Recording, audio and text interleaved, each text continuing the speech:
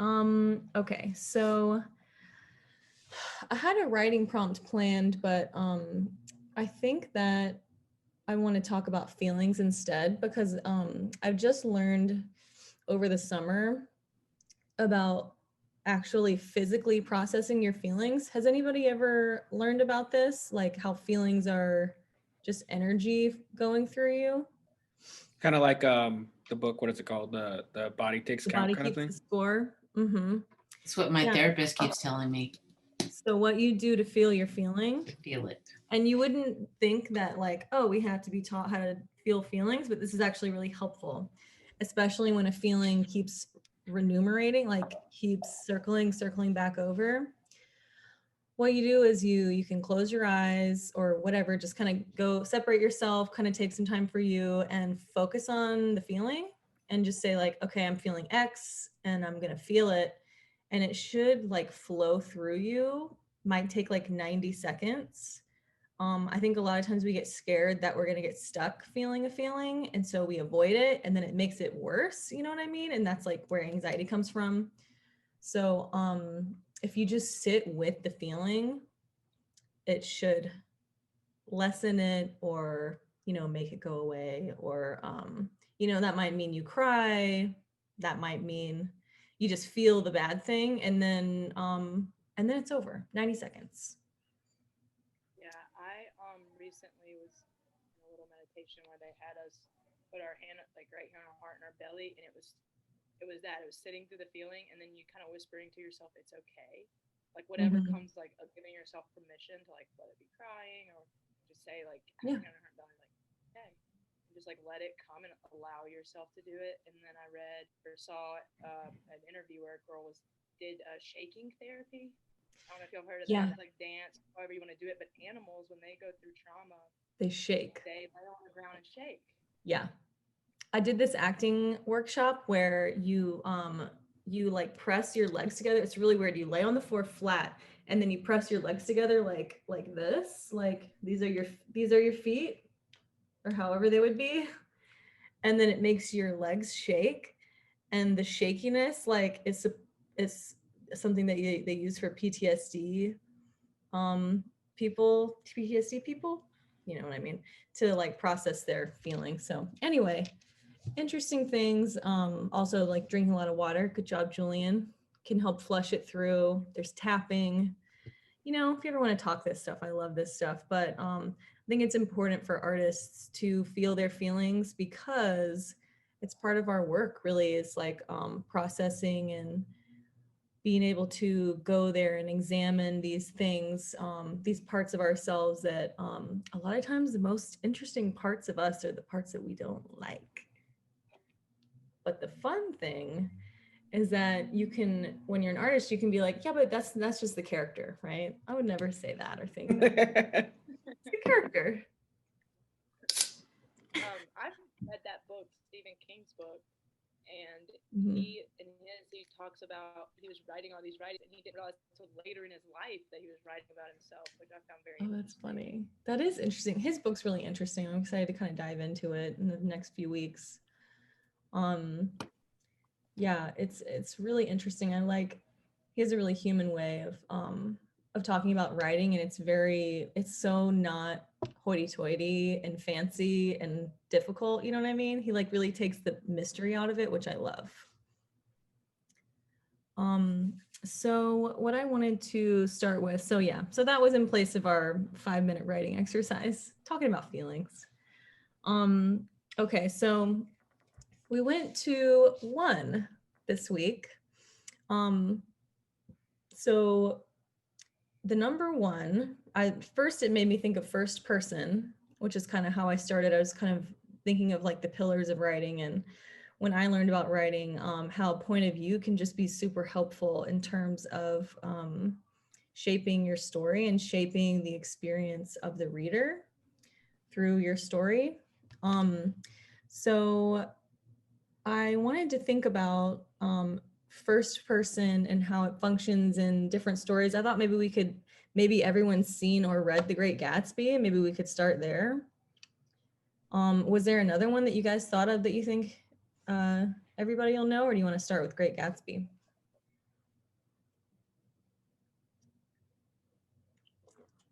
start with Great Gatsby. So let me check my chat really quick just to make sure. Okay, good. Nobody's chatted me. So The Great Gatsby is told, it's framed as, the movie, they frame it as Nick, the main character, talking to a therapist. But I think the book is different. I think in the book he's just like journaling or writing it. I don't think in the book he's talking to a therapist. I think that was something that they added to like justify maybe the narration, you know? If I remember correctly, he's like journaling, but he's also telling part of it to like it goes from like first person to like when he's like talking. He's like talking it'll to be a like in the friend or moment. something. Yeah, like it'll jump back and forth between like him like doing like social commentary and then studying like what is going on in the culture at the very time. And then I think sometimes he'll go back into like first person talking about like whatever's going on. And then I don't know if you remember, but the green light was the theme that stuck with me the most. So, and I think That's was great. very much like him journaling to himself kind of thing. Because the green light is interesting, and it kind of reminds me of the yellow wallpaper. In the yellow wallpaper, how it's like this inanimate object, but like in the description of it, which you can really only get in first person writing, the description of it sort of like tells you a lot more about the narrator and what's on the narrator's mind than they really even realize. Does that make sense? So I had an excerpt from the yellow wallpaper that I wanted to share with you guys. That I guess it feels natural for me to progress to this into the yellow wallpaper, since we'll just do it. Okay, so she's talking about the wallpaper. She says it's one of those sprawling, flamboyant patterns committing every artistic sin. It is dull enough to confuse the eye and following, pronounced enough to constantly irritate, and provoke study. And when you follow the lame, uncertain curves for a little distance, they suddenly commit suicide, plunge off at outrageous angles, destroy themselves in unheard of contradictions. So I thought that was really interesting. What do you guys think? Why do you think this description about the wallpaper wanting to commit suicide is in this this piece? Why does the narrator say that?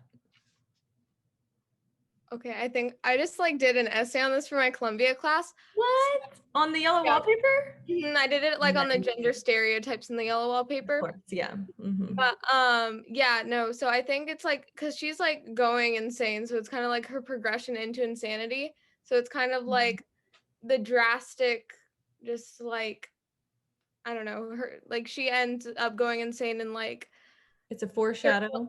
yeah, it's kind of foreshadowing it, but also kind of like she's trapped in the wall, so that's kind of an escape almost, like killing yourself. But yeah. I think kind of she's like using, well, or at least the author is using the narrator's description to say how the narrator's like actually feeling, even if she consciously doesn't admit it or doesn't write it. You know what I mean? mhm. Where is that distinguished? Like, how do we know what is the like narration?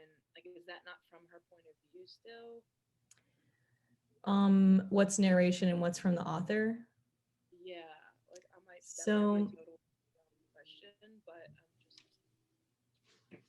because she's is that not her thinking that of the wallpaper? Like she's the one that thinks that of the wallpaper, right? That it plunges and commits suicide, or she doesn't know that. That's the narrative described. No, it's the woman writing, the narrator, because the way it's framed is that she's writing it in a journal. Right. I read the story. So the narrator is the character, right? That's how it works. Mm-hmm. Yeah. Mm-hmm. Yeah. And the author, so this is an important distinction though. The author and the narrator can be different, which isn't something that I really consciously thought of. And Sarah, I got your message. Julian, your volume is a little bit low. I don't know. I don't know how to fix it, but maybe it's maybe put your headphones on or unplug them or something. Sorry, I didn't want to like call it out in the middle of it. I was like, am I the only one? I can't hear you. I thought it was my computer or something. There's always I was about to chat you too, Sal, like being like, I can't hear. I don't know if it's me. I know. I heard the last half or like, but can you hear us okay? Yeah, I know. It's fun, isn't it? It's fun.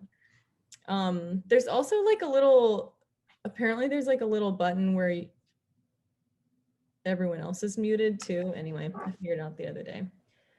Okay, is this better? That is better. Oh my God, you don't even sound like the same person.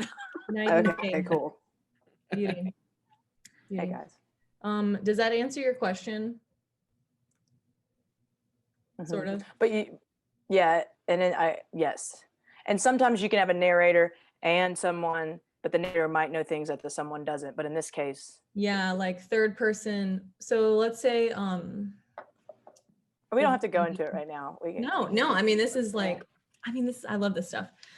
So yeah, first person is I. So they're writing it, but it's in first person close. You can still, I feel like you can still have like an omniscient author. Anyway, we're gonna do second person next, and then we'll talk about third. But there's sort of like a third person close. There's different variations of how much the narrator knows and the characters know, you know what I mean?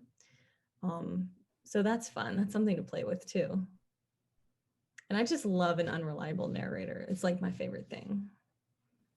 I mean, you know, the stories where like, for example, I just thought of this one, not What Lies Beneath, the one where he's like, I see dead people. Sixth Sense. Yeah, the Sixth Sense. And then you find out at the end that he's dead and you're like, what? Unreliable narrator. So fun. Yeah, I hope everyone here has seen Fight Club by David Lynch. Yeah. But yeah, that's a fantastic one. Oh my gosh, and yeah, great. Lolita's a very close second to that, if anyone hasn't read Lolita, but it's a lot to handle. It's not for everybody. It's a lot. It's beautiful writing though, and Nabokov is really special because he wrote that in like his third language, and it's really beautiful, although it's very disturbing. Yeah. And the way that one's framed, this is really interesting. So that's about a guy who is a pedophile, and he's the way that it's framed is that there's a doctor's note in the beginning of it about like how this guy's really sick and they found his diaries. So it's almost like a disclaimer for the novel to like make the person reading it like feel better about it. Like, oh, they've been in jail and they're dead. Okay, good. Like the guy's been caught. So now I can read this and feel a little safer about it. Like, even though I know it's fiction, I don't know. It's interesting though. It's definitely a great insight to like what you could consider a love story.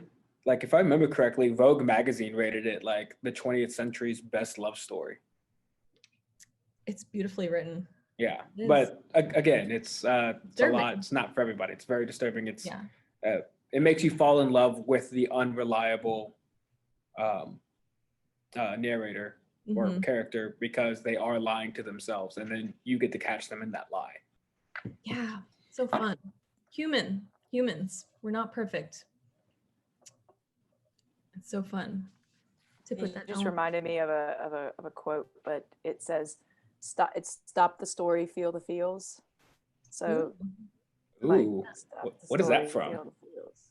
I can't quite remember what it's from. I write down a lot of quotes, but that one. It came to me in a dream. Eternal from Julian Joyner. You can quote me. I love it. What's the quote again? Sorry, I'm gonna write that down. I really like it. Stop the story, feel the feels. Right in the chat. Everyone.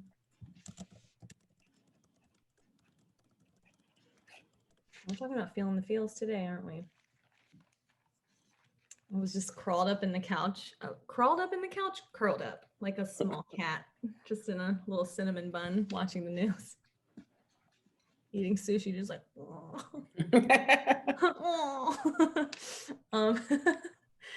um, are there any other first person stories that you guys thought of that you were excited about?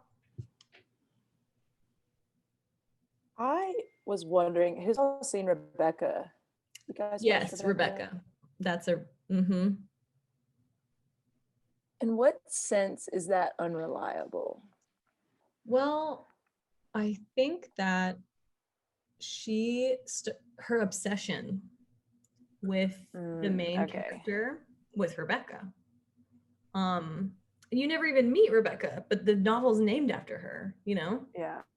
Like her obsession just like completely frames the story, especially if I'm thinking to the movie, the scene where the big ball that they have, and she's like surrounded by people and they're sort of like it's sort of scary, you know? It's like this really anxiety driven scene. I think that's a good example of the character / narrator's perception really altering the storytelling experience. Okay, I see. Yeah. Do we go with is Black Swan? Would that fit? Ooh, is that a book too? I can't remember. I've only read excerpts from the screenplay. It's written very similar to a book in style. It's pretty first person because you see it from her eyes and then you go back and you see like what really happened, sort of. Mm-hmm. Yeah, that definitely could be considered first person, I think. I think You's first person, and it's like kind of unreliable narrator, What but not is? really. You, the TV show. Yeah. Mm-hmm. Yeah, it's kind of really good. It's really good because like his descriptions aren't right, but then you see it, so you know what the reality is. But I don't know. Yeah, exactly. He's definitely an unreliable narrator. He's like, she loves me. She's giving me all the signals. Meanwhile, you're like, no. Yeah, good one. I think if I can think of any more off the top of my head. I read a book recently, though I don't know if anyone else will have read it. It's called Dark Matter by Blake Crouch. It's a sci-fi novel, as a lot of things I read are. But it's a first-person narrator, and the plot revolves around the idea of a multiverse, you know? So there's an infinite number of yourself in these different universes. And because it's a first person narrator, you cheer for the one version of this guy, but there's all these other versions of him running through the pages. And so that was an interesting read that I thought worked really well, having a first person narrator. Yeah, it sounds like a wild ride. Mm-hmm. And I don't know if that would have worked any other way. I don't know. I guess it wouldn't have been the same experience. There's just something about being inside of someone's head, you know? Has anyone read any of the writer's name, Orson Scott Card? He did Ender's Game. If you read he does really good work, but it's like really consistently him, to where like sometimes you'll be creeped out. He has like Ender's Game is like they made it into a movie. It's a great book, decent movie, but like it's very first person, and you can tell like Orson Scott Card kind of throws in a lot of like what's going on in his head, because he's got like a lot of incestuous themes in there, kind of like randomly thrown in. You're like, why is that there? Yeah. It's once you have a large body of work, or once a person has a large body of work, you start to see their obsessions. And the same thing goes for improvisers. Once you've seen a bunch of scenes that they've made up, like everyone has their obsessions. And it's fun to see what your obsessions are, you know? Fuck them fries, Sally. What's that? Fuck them fries. Oh yeah, I remember Big Fella. I just talked to him the other day. So funny. Let me see. Okay. So I kind of didn't, that was kind of the mostly what I had about first person. Any other thoughts on first person? We can just talk about one, or we can share some stuff if you guys are feeling up to it. So in terms of, we didn't really talk about The Great Gatsby. And it would be kind of fun to talk about that. When was the last time any of you guys saw that? I loved the movie that they made with Leo DiCaprio. Loved I haven't it. seen it personally. Probably like a year or two, I guess. Yeah, it was fun. It had a fun soundtrack. It was Yeah, exciting. that was a really good soundtrack. Yeah. That's one about obsession too, because the novel is named after Gatsby, but he's not the narrator. Kind of like Rebecca. Like Nick, what's his name? Nick something is like obsessed with this world of these like really rich socialites who are really messed up. It's fun. It's fun to watch them through the outsider's eyes. You know, I think it's important that like he's an outsider and he's not an insider, you know, it's like you can really see the full picture of the grandness of the Roaring Twenties and the effed upness. And it's rumored actually that Scott Fitzgerald's wife wrote that.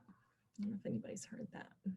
Ooh, I have not heard that. Zelda. Was it F. Scott Fitzgerald? Was that his wife who wanted to be a ballerina? Or was that somebody else? Zelda? Anybody know about Zelda? There was a series about Zelda, but I don't remember that being in it. She was a wild lady. And also a writer, so there's some controversy about whether or not she wrote a lot of his stuff. Interesting. It was a good series. Okay. So I feel like that's kind of enough about first person. It's a tool. It's a tool on your tool belt, and a fun way to kind of examine or think about writing that makes us think about the way something is written, you know, informing the story. I would like to talk about one, because we reflected on zero quite a bit, the first class. And I'd like to talk about one. And what does one make you guys think of, just kind of off the bat? Omnipresent. Omnipresent? Yeah. A little bit. I don't know. That just popped in my head a little bit. I like the word. It's a good, it's like a Yeah. $10 word. It makes me think of the tarot, like one means beginnings. It's a stick. It's like a wand. That's what I thought of too when I. Yeah, it's like a stick. It's like the created. It's kind of like a wand in Harry Potter. One.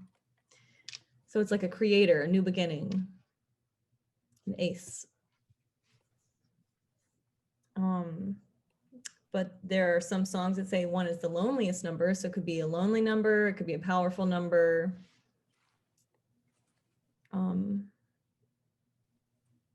Any other associations? This is probably, sorry, my kids are over here eating dinner, being loud and annoying.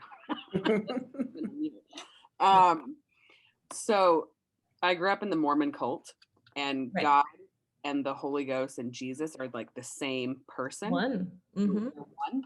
So it's very weird to like be an adult and not be in that, and think about like the ways that one and the definition of one my entire life has like informed the way I think about like marriage is two people, but you're always one. Your identity is one single whatever entity, I guess, even though you're two separate people. So my parents are getting divorced after 38 years in the Your Mormon. parents are? Oh my gosh. And as a kid, it was always like, we're one team, we're one person. If your dad says it, your mom says it. If your mother says it, I said it. Like, so it was always like one, everything was Sounds one. like pressure. Oh, I mean, beyond just confusing. Yeah. I think about it the way that I have like parented my own kids, and I'm like, no, your dad is like, we're divorced, but even when we're married, like we are completely separate people, and I will answer separately than him sometimes. Like, yeah, it almost reminds me of like codependency, the way you're talking about it, how it's like, yeah, sure. But it's been interesting to like think about how one has informed the other places that I have been in life, like, so it's like a negative thing, like I don't want to become one with you, I'm my own. Yeah, that's my thing too. Like Julianne, I'm a twin too, and so I've never been fucking alone. I would love it. I never. And like I'm avoidant in nature, so I love to be by myself. But I've been in long-term relationships, but I love the guy I'm with now. I'm gonna marry him. So, but I mean, like, one means a lot to me too. I grew up religious, but not Mormon. Holy cow. You get sealed forever with their family. I know. I got temple divorced from the Mormon church. Any of you ever want some fucked up shit, sidebar, let me know. But I hope you write that sometime. Go ahead, Julie. Sorry. I'm currently in Utah, in the middle of the Mormon, like right near Colorado City. Oh God!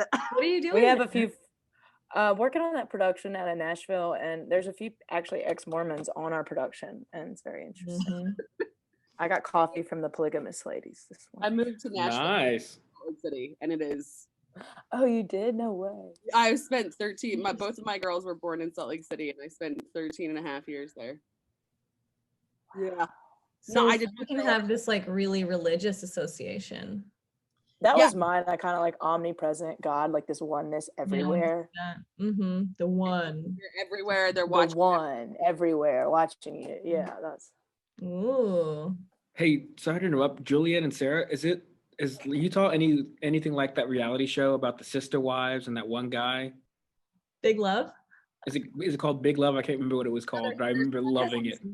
Bill Paxton. Oh, bless him. There's Sister Wives, but there's also like Big Love. So Big Love is like the fictional piece. Sister Wives was like an actual reality show. That's the one I'm thinking of. Okay. The Sister Wives one. And that show blew my mind because I couldn't imagine people on a Saturday. Absolutely.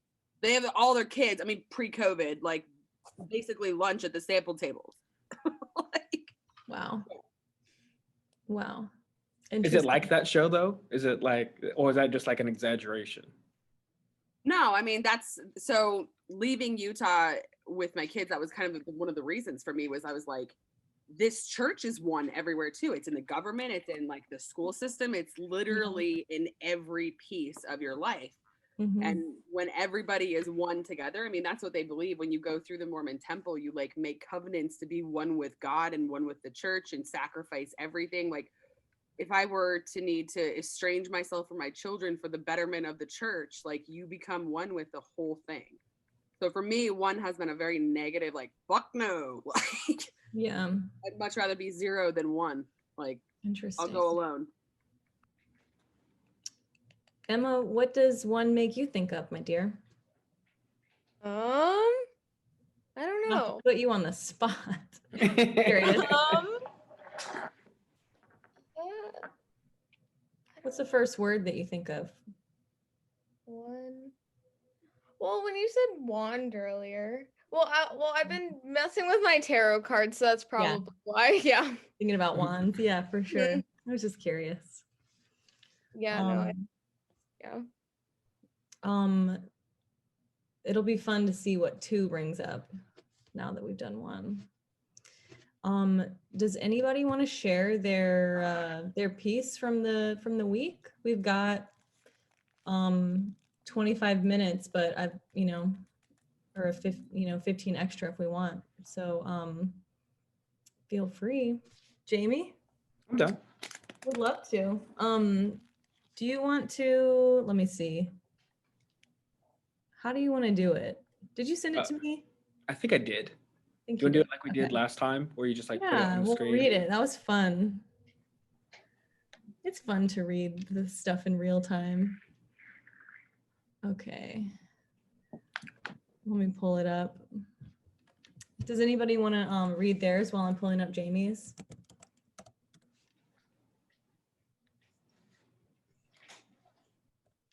I know he's scared. Sarah does. I actually was like going to go and find it. I wrote this.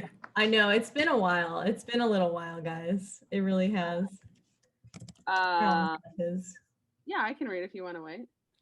Sure, go for it. I like when I wrote this, I was like, am I doing this right? I was in a really There's no way to do any I don't believe in right and wrong. That's kind of hippie anyway. Yeah, okay. I arrived at the old mansion dressed to comfort instead of your typical holiday attire. I knew the place well, so I used the back door to let myself in. I was the only one here anyway. No sense in formalities or front doors this Christmas. Scrappy hospitality is how I described the old farmhouse. The long row of plain wood cabinets greeted me just inside the door. Only one section of them painted forest green. Long before accent walls were a thing, that section of cabinets had been winking at the occupants of this kitchen for years. The old linoleum tile seams were harsh on my feet as I left my boots on the back rug. I looked up at the familiar pot rack hanging above the 6-burner gas stove. Sometimes I imagine pot racks to be the wind chime of a kitchen, which is really just the heartbeat of a home. Stock pots and saucepans, frying pans and cast iron, all the different types of metal clanging together to make one big culinary symphony. My room was off the dining hall area. I'd call it a dining room, but with seating for at least 20 people, is that really a room? The weathered blue and white checkered wood floor calls me back to a time much simpler. Its smooth surface, a respite from those pesky seams of the kitchen tile, and a story of innumerable footsteps over its 150-year-old life. I wish I'd looked that good at 150. I arrived down at the hall, at the room that was always mine at the farmhouse. I took an inhale as I opened the door. The familiar faint creak of the porch swing reminded me that this house was in charge. I was simply here to observe its wonder.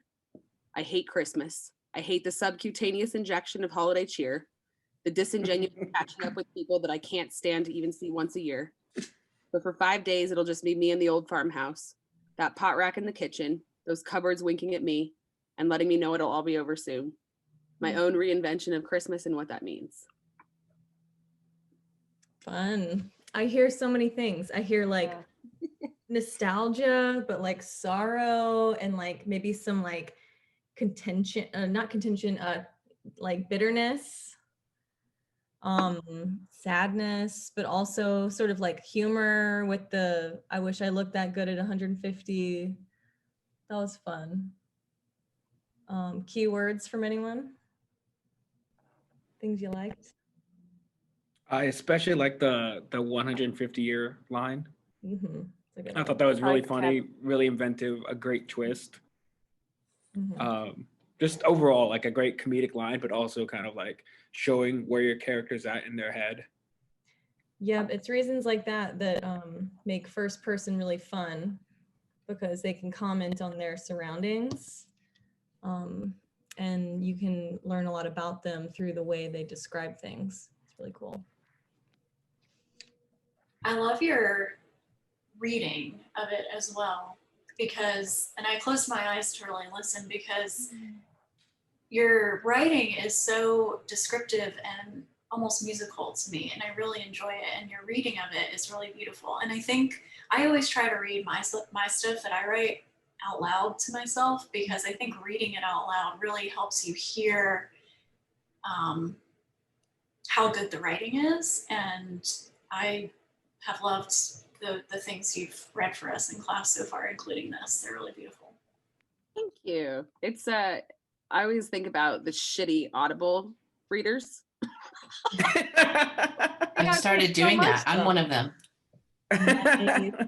Nice. And the way that like really fucking this up for whoever wrote this. Like if it's not the same person reading it, I'm like, good Lord, like this is terrible.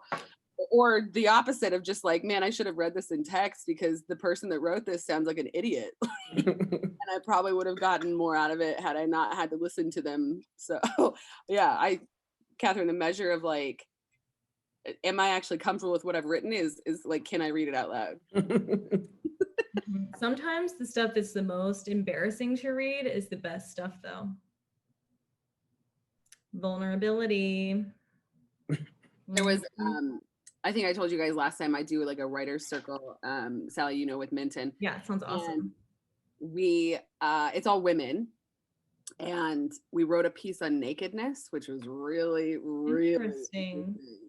And I think there were 4 or 5 of us that day. And I think there were 5. 3 out of the 5 somehow ended up naked in the wilderness in Utah and wrote about it. 3 of the 5? It was wild. We're all living in Nashville now, and I was the only one that had ever lived in Utah. But the other 2 went on to Julian, close to where you're at in southern Utah, where all the national parks are, and like. So I think you know what you need to do, Julian. Call upon spirits in the park naked. Bring some tarot cards. That's probably going to be good for you. I don't know how it works. Yeah, I should do it at night. Maybe up near where they found that metal post thing. That'll be good. Oh my God. Oh, fun. Okay, I found Jamie's. I found it. On a side note, talking about people reading their stories, there's a podcast on Audible that's narrated by Michael Caine. If you just want to feel smart, just put that on, because you're like, I am very cultured now. Oh, this is fun. I feel like you have to read this to us. Do I have to? You don't have to read it. I just can hear you saying it. I feel like do we want to have her? Yeah, I was about to say, do you want to pick a female reader for me? Yeah, Catherine, why don't you be the she? Or you know what? Since I've read it before, I can see the she stuff. Will that be easier? Yeah, that sounds fine. Okay, cool. I'll be the she. You want to be the he? Yeah. Jamie? Mm-hmm. Do it. Okay. Okay, Catherine, will you do the direction, I guess we could call it? The non-dialogue? So, okay, anything that's not in quotes? Yeah. Mm-hmm. Okay. Sure. Cool, let's do it. Okay. That way Jamie doesn't have to read his whole thing. He doesn't seem like he wants to. You got it just starts off really strong, and I was like, oh yeah, sure. And I was like, oh, that first line, I forgot I wrote that. I love it. It's fun. Okay. I remember wondering if she has an OnlyFans. When is it a good time to ask? Is there a good time to ask? Not that I want her to have one or even judge her for having one, but if we were to date, that seems like it should be discussed, right? Like, if I did have one, I think I should tell her, right? So then I moved from Cali to Nashville, and she said. I nodded. Wow, big adjustment, I take it. She smiled. God, she's so pretty. I hope she believes the Holocaust happened. Please, God, don't let her be an anti-vaxxer. She didn't have any Trump 2020 stuff on her Instagram. Quick, think of a way to see if she's going to say something racist. Geez, I'm starving. I hope you're starving too. The word seamlessly frolicked from her toothy smile. Oh, that's me. Oh, that's you. Jeez, I'm sorry, starving. That was me. I hope you're starving too. The word seamlessly frolicked from her toothy smile. God damn it, why'd you eat that 6-inch sub before you left the house? That doesn't matter. But you know what does matter? Black lives. Black lives matter. You fucking idiot. You call yourself worthy of dating? She squinted. I looked around the room. Maybe someone is listening in on our date to tell me what to do. She laughed. She laughed? Holy shit, she laughed. Of course, Black Lives Matter. I can't tell you the kind of nut jobs I work with that I have to argue with this whole thing at least once a week. Like, how is this even up for discussion? I mean, it's just human decency and. Thank God. Okay, we're still in the game. What did the dating coach say? Nod, smile, stay engaged, listen to her, make eye contact, stay in the moment. Check, check, and check. Her profile said 28. I wonder if she's gone through divorce, ever broke up with a fiance, cheated, been cheated on. Does she even want to get married? Jesus, Christmas is right around the corner. I don't want her to meet my family. She doesn't need to know I come from a long line of misanthropic fuck-ups. Oh, our server's coming. You know what you're going to get? The server was a younger woman, couldn't be a day over 20. She gave us a soft gaze. Her doe eyes had a sweet naivete to them. Sarah, you want to be the server? What can I get you guys to drink? Alex, wait, was that her name? Was it Alex? Allie, Alejandra. She didn't go by Al, at least I don't think she did. Either way, she brightly said, Allie. I'll have a water, no ice, and a green tea, please. Any sweetener you'd like? Sugar? Sweet and low? Honey? Please, no honey, I'm vegan. The sugar will be more than fine. I had to interject. Hang on, what? The girls looked at me. Let's back up for a second. You don't want the honey because why? Alex, fuck it. She looked at me completely perplexed, but was able to let out, I said that I'm vegan? And that includes honey? Well, it's an animal product. Yeah, that they make, that replenishes, that causes them no actual suffering. Haven't you seen a bee movie? the young server took a step back. I'll give you guys a couple minutes. My date was stuck through though, her face scrunched, one brow furrowed, the other lifted halfway to her hairline. Yeah, but bees get hurt during the honey removal all the time. Did you know they clip the they clip the queen bee's wings so she can't even fly away? The manager said this is where I raised my voice, but I was just voicing my opinion. Who's they? I work at Turnip Truck. We collect honey from the bees, and the queen is constantly flying around and getting her minions to sting our customers. They made a whole movie about this. The bee movie. I don't watch movies. What do you mean you don't watch movies? What kind of psychopath are you? What do? Skin cats in your free time? I said in my humble opinion. Why are you yelling? Okay, so this Ruby Tuesdays crowd obviously had nothing better to do than to watch me, but the point I was making was important. Because saying you don't watch movies is literally saying you don't ingest one of the hardest mediums of expression, which in itself is one of mankind's greatest achievements. To show that man can team up, many walks of life, many beliefs, many worlds colliding to tell one story, and that exists for each movie, so that is multiplied by the sheer number of movies of barely even a century of the art being alive? Jeez, relax, it's just one movie. Yeah, with Jerry Seinfeld. Who's Jerry Seinfeld? In all honesty, I did yell this one, but honestly, wouldn't you have done the same thing? I mean, honestly, who doesn't know who Jerry Seinfeld is? Did you ride the short bus here? Okay, yes, I might have gotten a teensy bit overboard, but I did learn to never underestimate vegans. Some of them have a killer left hook. Do you have any Okay. vegans on the call? Is anybody vegan? This is so funny. Okay, the part that I love that's really fun. I mean, all of it's fun, but like this one part where you can see where he crossed out all the names. That's fun. I love it when writers play with the medium, you know? It's fun.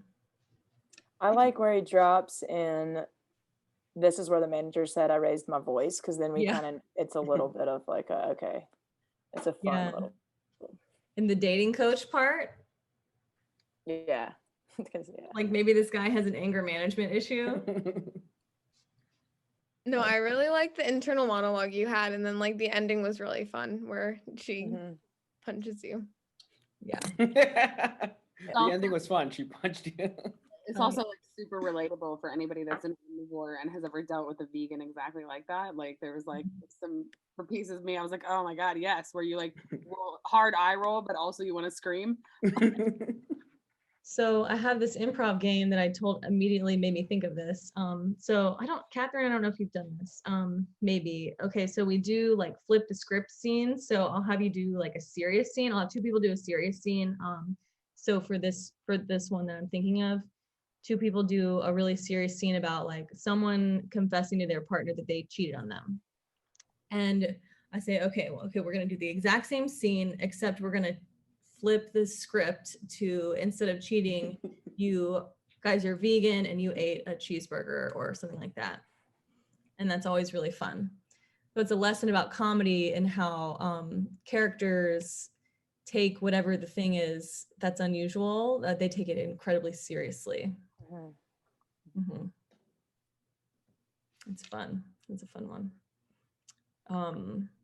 My favorite scenario of those is there's one where the people do two people do a scene, and one plays a parent, one plays the grown-up child, and the parent comes back from prison, been in prison, locked away for, you know, their whole childhood. And when we flip the script, the parent has been away at clown college. That one's really fun. It's fun to just put in the little details, you know. It's a lot of fun. Speaking of that, my improv class sold out in 24 hours, you guys. Wow. That's awesome. The first time that's ever happened to me. I'm sure a few of the people are flakes, but it's nice to have to already make a wait list and, you know. Yeah. We'll whittle it down to who actually wants to be in it soon. Was this a free one or was this a paid one? This is a paid one. So then you keep a deposit if they're a flake. Exactly. So when it comes down to it, I'll say, okay, you know, since we have so many people interested, let's just go ahead and like make payments and see, because there's some people who I've never worked with before and never met. So usually sometimes those people flake. So anyway, so that's my fail proof. So anyway, that was my humble brag for you guys. Humble brag. Humble brag.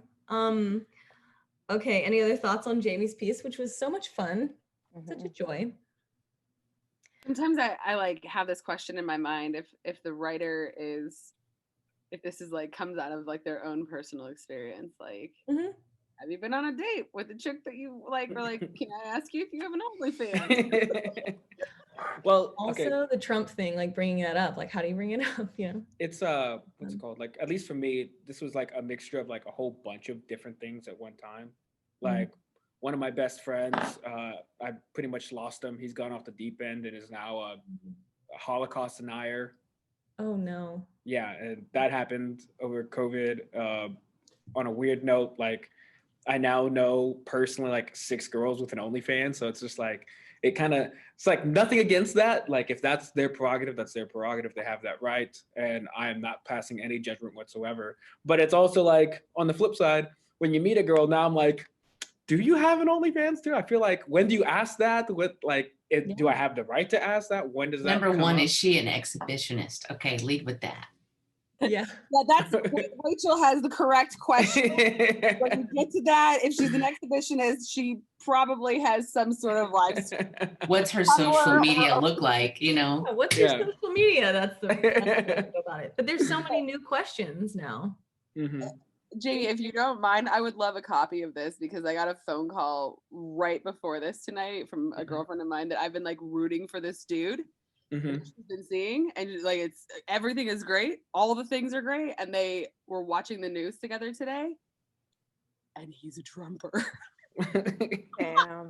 I've also had, I don't know what it is that I'm doing in my life, but I'm like 4 for 4 right now with like Trump supporters. And I don't know like what it is about me that makes it sound like I'm totally okay with that, considering like I was an illegal immigrant, I am Hispanic. do they not know where you come from? Like I bring it up.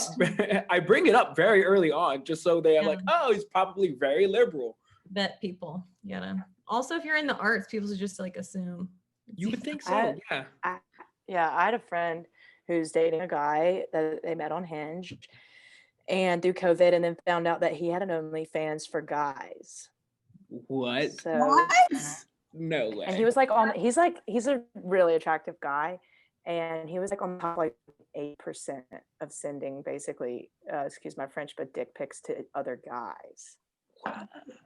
I literally got this question from a match today. If there was an equivalent, I'm going to tell him the answer is yes and point him your way. Wow. What an interesting. And that really was a friend. That's not me. Hang on, did she continue to date him, or like did they continue to see each other? Yeah. And I was like, "What's that about?" And he's like, "Well, he made $5,000 on it last month." I mean, so she's kind of like, "How can I judge?" Well, women do that with their feet He lost pictures. his job during COVID. Yeah, women do it with their feet pictures. Emma is 16, so Emma, be careful when you go online. Oh, sorry. Sorry, Emma. No, you're I fine. didn't mean to bring up the X-rated. No, you're all good. Emma knows. Yeah, Sarah has teenagers, and I teach teenagers, and Dina has teenagers, so we know. My that. older daughter's 15. Ain't no way you don't know this. She knows all about it. OnlyFans is like Chuck E. Cheese for adults, Emma. That's what it's like. I don't know. Never mind. So anyway, not to anyway. Okay, so interesting. I just think as technology changes, it's interesting what the specifics are that are changing in stories. And I love watching the way that stories handle text messaging, and since we're on our phone so much, how do we handle that? Is it like a screen? Like, I like it when they're like FaceTiming. It's just kind of interesting. Yeah. I shot something with my friend Elizabeth Donaldson when we thought that coronavirus was going to be like 2 weeks long. And we did the whole thing in selfie mode, and she just like paired it all together, and we used like all these filters, and it was crazy. Probably didn't have the license to do it, but it was like one of those not 48 hours, but like 54-hour film fest things that. I was just thinking about Dear Evan Hansen for first person. There's some pieces of that are. I need to see that. Oh, you didn't see it? Did anybody else see it? Yeah. Emma saw it, right? I want to see it. Yeah, I saw it at TPAC. Yes, it was so good. It They're was really good. yeah, It's it was really good. really good. Would love to see that. I have a really quick one pager to read if you guys want to hear it. Oh yes. Really quick. Let's do it then. You can share. Let me turn on. I mean, it's participants. handwritten. Oh, it's handwritten. Oh, beautiful. You Swanee grad, or not Swanee grad, but Swanee student. Yeah. Okay. The most bizarre thing happened to me at GameStop today. I was in line with my brother's Christmas gift. There were two people in front of me, and hold on, my dinner's coming. Hold on. I thought that was part of the. How avant-garde. This story is so crazy. It's in first person. Live art. Live art. It was like a performance art piece. I know. So funny. Sorry. Thought I heard it not. Sorry, it was bad timing. I'm quarantined right now, so they have to deliver food to my room. Okay. Sorry. Let me get back. The most bizarre thing happened to me at GameStop today. I was in line with my brother's Christmas gift. There were two people in front of me, a man and his two children waiting in line behind me, each of us standing on our wait here circles, all spaced 6 feet apart, which to me feels more like 5.5 feet. But anyways, we are all socially distanced. Other than that, only one other person is browsing the aisles. I say all this to set the mood for what happened next. The store did not have that last minute Christmas buzz most stores I went in today had. It was rather chill, so I found it weird when I stepped 2 feet away to look at a stuffed animal, clearly still in line. The man behind me stepped the full 6 feet forward and made himself quite comfortable on my wait here circle. My first thought as I turned around was, is this guy for fucking real? I glanced around as if looking for Ashton Kutcher because surely I'm being punked, and this dad man refuses to make eye contact. He's glancing off at it as if he's looking at something very important across the store. Excuse me, sir, I'm still in line. He barely acknowledges me and steps the full 6 feet back to his circle. I am not shitting you when I say 49 seconds later, when I stepped away again, he did it again. And again, refused to look at me. Now I'm like, this is just fucking weird. Does he really think if he doesn't look at me, I will make my way peacefully to his circle on the floor? What the fuck? There are 4 people in here and the line is relatively short. So again, I say, sir, I'm still in line. And again, he finds his circle on the floor. It's just fucking weird. And his kids were just fucking weird too. Just looking at me above their masks with their weird fucking little eyes. Their weird fucking little eyes. That's a true story, actually. I was just wondering, that sounds true. That sounds true. It's too specific Like, to be At not some true. there's gonna have to be like a collection. Like I've heard so many, because I write with a bunch of different people. I've heard so many different like excerpts of like in the time of COVID, this was a thing. yeah. And there's gonna need to be some sort Yeah, of like the way. compilation of like, please submit your pieces of writing of the weirdest shit that happened to you with people in masks, or like with a Q-tip up your nose, or like what, like all of the things that are right now. Because if you put that story outside of right now, people would be like, what? Why were they wearing masks? Like, why were they looking at you with their fucking weird eyes? We know what that's like though. It's almost like ostracizing. Like just seeing someone's eyes is like a little dehumanizing sometimes. Yeah. Yeah. And just the audacity, if you have been in a COVID situation and you know, like we're spaced like that, like it's not like you just like move up to someone's in line, like kind of like you're moving up like a foot or two, like they stepped out. It's like he had to genuinely like cross this ocean to the next wait here circle. Didn't And learn. it's a personal violation. Like he's it's in your space. in your area. Yeah, Your he entered breathing my area. 6 feet. And you can hear it as the reader of like looking at that circle on the floor and looking at your fucking weird ass eyes and your weird ass kids, and then like looking back at my circle, and like the whole exchange is a very like real thing right now. It would be fun to like really over dramatize it too, like especially like if you made the narrator really even more like cranked up the rudeness in the descriptions, and then made it even more extra polite in the dialogue. Oh, that's good. I mean, that's interesting to take a story that, because I wrote it pretty much word for word as how it happened, but then to like work with it to make To, it like, yeah, make it fun. embellish it. And if that was word for word what your like inner dialogue was, I'm very impressed with like your reserve, because my inner dialogue is much more violent. Trash. I could throw some in here right now. It's really Some trash. Well, it's 8:03, so if anyone needs to go at 8, you're welcome to. If anybody has a burning desire to read their piece, I said till 8:15. I mean, so feel free if anybody has something they want to read. I have something I wrote like really quickly before class, but then I remembered that I had to write like the beginning of a scene for a pilot for one of my writing classes. And like it's not really in first person point of view, but it's kind of like the starting point, the beginning kind of thing. So yeah, I don't know. Like more like the 0 one. You want to read it? Sure, go ahead. And then Rachel did this, so love to hear Rachel's after that. Okay. Do you want me to share it with you or no? Do you could you read it, or do you want us to read it as a group? It's not. You can also share your screen. Oh, how do I do that? There's a little button at the bottom. Okay. But you're welcome to just read it too. Okay, it's kind of longish, but not really. I think it's like 6 pages. 6 pages. That might be a lot for 804. Why don't you read the first page to us? Okay. Okay. It's called Walmart and Waffle House. Oh. Exterior road morning. It was a crisp November morning in the small dingy town of West Paddle.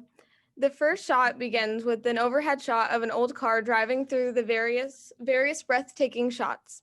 As you see the car travel past snow-covered trees alongside winding roads and over a frozen river, you're still yet to know who may be inside the car and are left wondering who they are, where they're going. Think the opening scene to Beetlejuice. Finally, the car comes to a stop and you are yet to see who the person is until you hear a thump come from the passenger side door, followed by a thanks mark as the car drives away. Exterior Waffle House morning. The camera pans out and you see a young woman standing in the front of the Waffle House. The young woman is now in focus. She looks to be no more than 17 years old, dressed in some black pants, a short-sleeved gray button-up, and some hideous black tennis shoes. In her arms, she's holding a old, worn, torn black winter jacket and a bland brown bag with a giant purplish pink stain on the side from God knows what. She proceeds to sling the bag over her shoulder and head to the junky looking 2000s Toyota Corolla with what seems to have around 5 parking tickets stuffed under the windshield wiper. Unfazed, the young lady opens the driver's side door and throws the bag in the back seat, amongst the other random junk and rotting food that she has left in her car. She sits down, opens the glove compartment where she adds her new tickets to her parcel of existing tickets. She opens the middle console, grabbing a dollar store thing of mascara. She looks in the mirror, applying it quickly and carelessly. She then tosses the mascara back into the console, throws her hair up in a messy bun, and puts on her Waffle House visor. Fun. I want to get to know that girl. She sounds like fun. What do you guys think? The Walmart and Waffle House feel very like that's something that goes together. But also there are people that don't know what Waffle House is in this world, which feels very foreign to Southerners. Yeah, right? Wow. When any of my friends from Utah come to visit, they're always like, what? And I'm like, it's like Denny's, only worse. Yeah. Everyone knows what Waffle House is. No way. That's fun because it's that would make it sort of regional, you know, like it gives you some insight on where the character is. Yeah, I didn't realize that. And I wanted to like set it up in the north, like Oregon, Washington area. I don't know where. Like, and then I was like, dang it, I can't do that because they don't have any Waffle Houses up there. No Waffle Houses. Do they have Bob Evans? Missouri. No. Well, you know, you just make up a diner. Make up a diner name because so that way you don't have to get the rights to it anyway. Even funnier if you just called it the Awful Waffle or something. Awful. Yeah, the being illusion. People would know. They would know. I loved how she was just like sloppy and she had all the tickets and like it just like and she had like the dollar mascara, put it sloppily on. Like I you could tell that a lot about her from her descriptions, which I loved.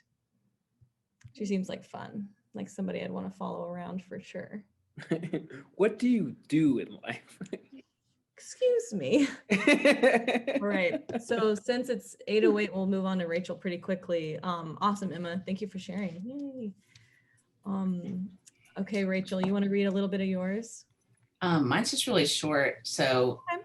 I keep getting mixed up as to what day this is and what day my acting class is. So no worries. Yeah.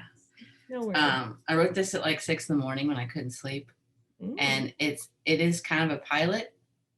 Oh, okay. And I've been watching lots of paranormal shows and I just finished Stargirl last night and someone gave me a deck of tarot cards a week ago. So now you're up to date. Fun. Okay. Taking from real life. Yes. So I'm reading on my laptop. So I just typed it up here. So there's an impossible book in front of me, impossibly old, with pages that have defied time. I take a deep breath and start at the beginning, peeling back brown pages with gold gilding. The first page reads, "To the red-headed maiden from the blah, blah, blah." I haven't written that part yet. "This was written for you many years ago. In 1442, our family gathered together after creating the tarot. In Italy, our family was renowned for our carnivals. We had costumes and characters that represented all the major arcana, each taking the participant on a journey, bringing their own life and energy to the story and representing all spiritual lessons. All of them pivotal roles in the tarot and our dear friends from all over the world. We had a grand party the last night of the carnival for the Duke and his family in Milan.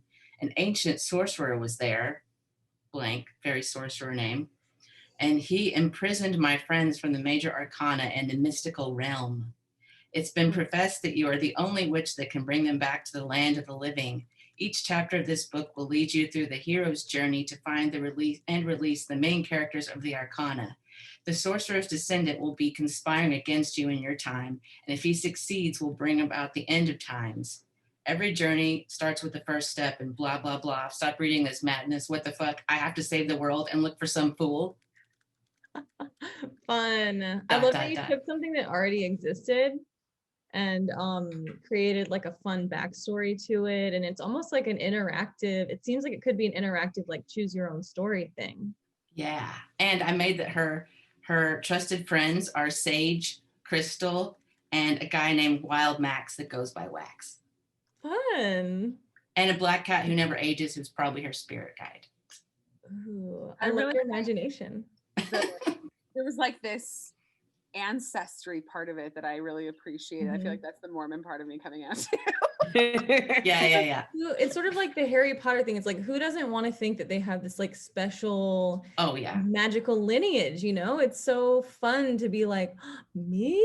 To be validated. Yeah. I'm a witch.